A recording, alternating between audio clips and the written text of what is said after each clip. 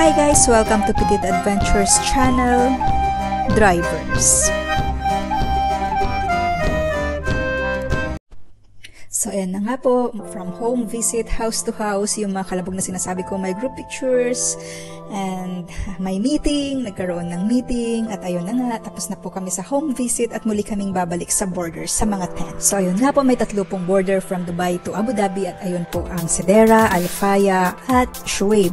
And luckily, muli ako bumalik sa Al Faya, at ewan po guys, ano itong mga goods na to, parang ito yata yung sa Sedera na may kabayan na galing Pilipinas, at iniwanan niya, hiningan namin ng pasalubong, ayan naman, nagbigay. Hala, budol ba kami doon sa border? Hindi naman guys, work lang, may halong katawaan lang. Kabat, ayan pa, matagal yatang hindi nagkasama at nagkita. And while each tent po ay may kanya-kanyang kinikater, ang Shuaib po ay mostly sa mga international travelers na pumapasok ng Abu Dhabi. Sila po yung mga kagagaling ng airport, so ang dating nila doon parang immigration. Although napapadpad ako doon minsan, ang mostly assignment ko po ay sa Al Faya, wherein lahat, halos truck drivers ang dumadaan. Or any parang drivers na may mga products na dinadala.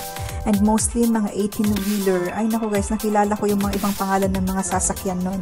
Tapos, yung sa Sedera naman, kinikater nila both drivers and international travelers. Napadpad na naman tayo sa desyertong guys. Pero grabe, ang dami pala nating hindi alam na nangyayari sa ating paligid.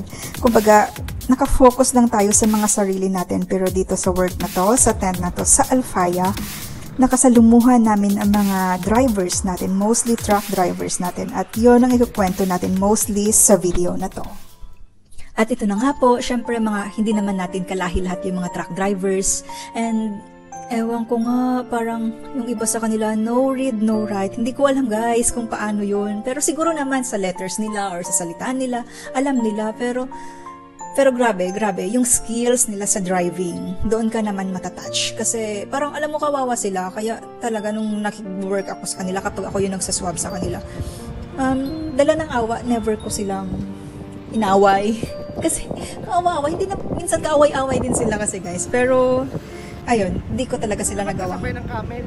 Awayin din. Although minsan may part na nainis ka na, pero pinipigilan ko kasi alam ko rin kasi yung parang, alam mo yung makakapagod yung trabaho nila. Kasi guys, minsan, kailangan kasi namin ng mga details nila, kung saan yung location nila, room address, or location, ganun. Tapos minsan, yung iba, hindi nakakasagot. Akala kasi namin, hindi naiintindihan. Kaya kami naman parang nagsasalita na kami, kidererom, kidere, address. Alam mo yun, kami pa yung nagbibigay ng mga halimbawa, Musafa, ganyan, yung kung saan nakatira yung mga ibang drivers, sinasabi na rin namin sa kanila kasi baka maging familiar sila at doon sila nakatira. Pero yung iba guys, wala talaga kasi ang katotohanan naman pala talaga. Yung road, yung highway, yun yung address nila.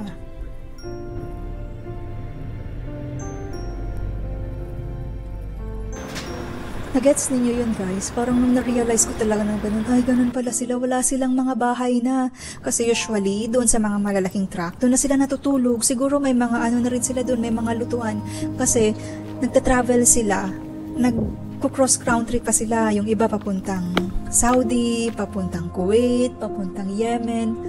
Basta dito sa Middle East, dadaan aside sa mga border sa UAE, dadaan din sila sa border ng ibang bansa.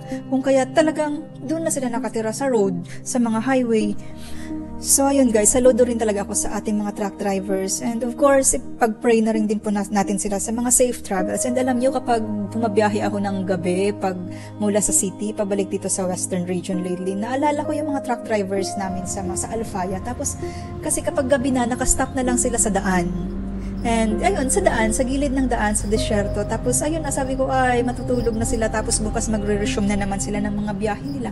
Kaya ayan guys, kapag gabi, tapos may nakikita kayo mga truck na nakapark dyan sa gilid ng daan, nandyan po yung mga truck drivers natin. At dyan na po sila natutulog for the next day ulit.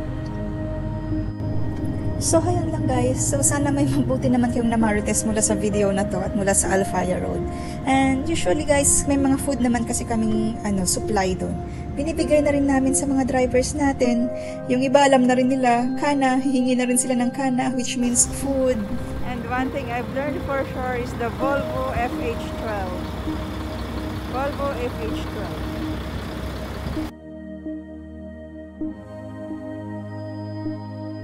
At sa ibang scene naman naman guys, ayan, yung cake na yan, i-deliver ng isang driver natin from Dubai to Abu Dhabi. Pinakialaman, sinilip, ayan, pwedeng humingi.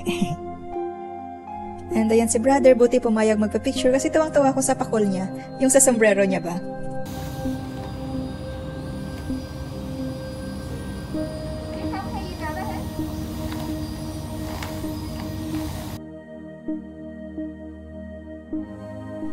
And that's it po sa napakaraming sunset, magagandang sunset na na-experience natin sa Alfaya.